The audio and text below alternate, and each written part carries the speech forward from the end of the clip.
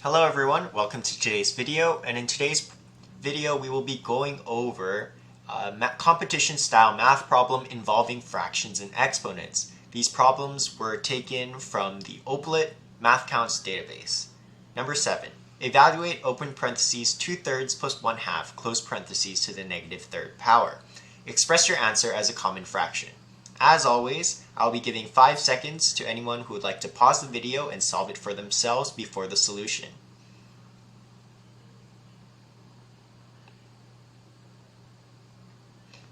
Alright, before we begin, I would like to just go over the quick definition of a common fraction for those of you who do not know.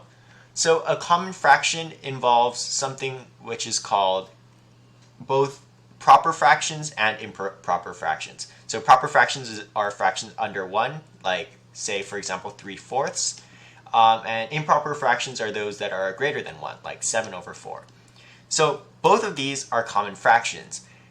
And the one rule with common fractions is that the numerator has to be an integer and the denominator has to be an integer, and these two integers need to be relatively prime. What this means is that these numbers need to be completely simplified. For example, something like 2/4 is not a common fraction because it can be further simplified into 1/2, which is a common fraction. Furthermore, something like 1/2 over 3 would not be a common fraction because the numerator is not an integer. Finally, mixed numbers like 3 and 1/2 are not common fractions because they don't completely consist of a numerator and a denominator. There's an extra number here. So to change this into a common fraction, you would need to convert it to 7/2. So that was just the quick definition of a common fraction for those of you who are unaware. So to solve this problem here, we first need to look at the rules of PEMDAS. So PEMDAS tells us that we need to evaluate whatever is in parentheses first, and then we do whatever has to do with exponents next. So when we look at this problem, 2/3 plus 1/2 to the negative third power, we can ignore this negative third power for now and focus completely on what is inside the parentheses. So when we look at what's inside the parentheses, we find we have to add 2/3 and 1/2. When adding fractions, of course, we need to find the common denominator. And how we do so is we look at the denominators and we try to prime factorize them. In this case, 3 and 2, they're both already prime factorized because they are prime numbers. And since they are different prime numbers, to find the common denominator, all we have to do is multiply the two of them together. So 2 times 3 is 6. So that would be your common denominator. However, in other cases, it might not be this simple. For example, if I had something like 1/4 and 5/6 and I wanted to find the common denominator, I would have to prime factorize them. By prime factorize, I mean break it down into a multiple of prime numbers. So 4 would be 2 and 2, so 2 times 2, and 6 would be 2 and 3, so 2 times 3. What we just need to look at is what numbers are repeated, and then if the numbers are repeated, we only need to multiply them once. So actually what we have to do here is multiply 2 times 2 times 3. We didn't need to multiply 4 and 6 together simply because 4 and 6 both shared one of these. 1, 2. So they combined into one of these 2's. Unfortunately, 6 didn't possess another 2 in its prime factorization, which is why we needed to add another 2 here. And since 4 didn't have a 3 in it, we put 3 here. So the common denominator of 4 and 6 is actually 12.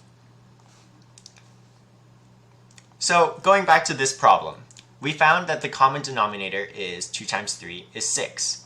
So this problem essentially becomes 4/6 plus 3/6 to the negative third.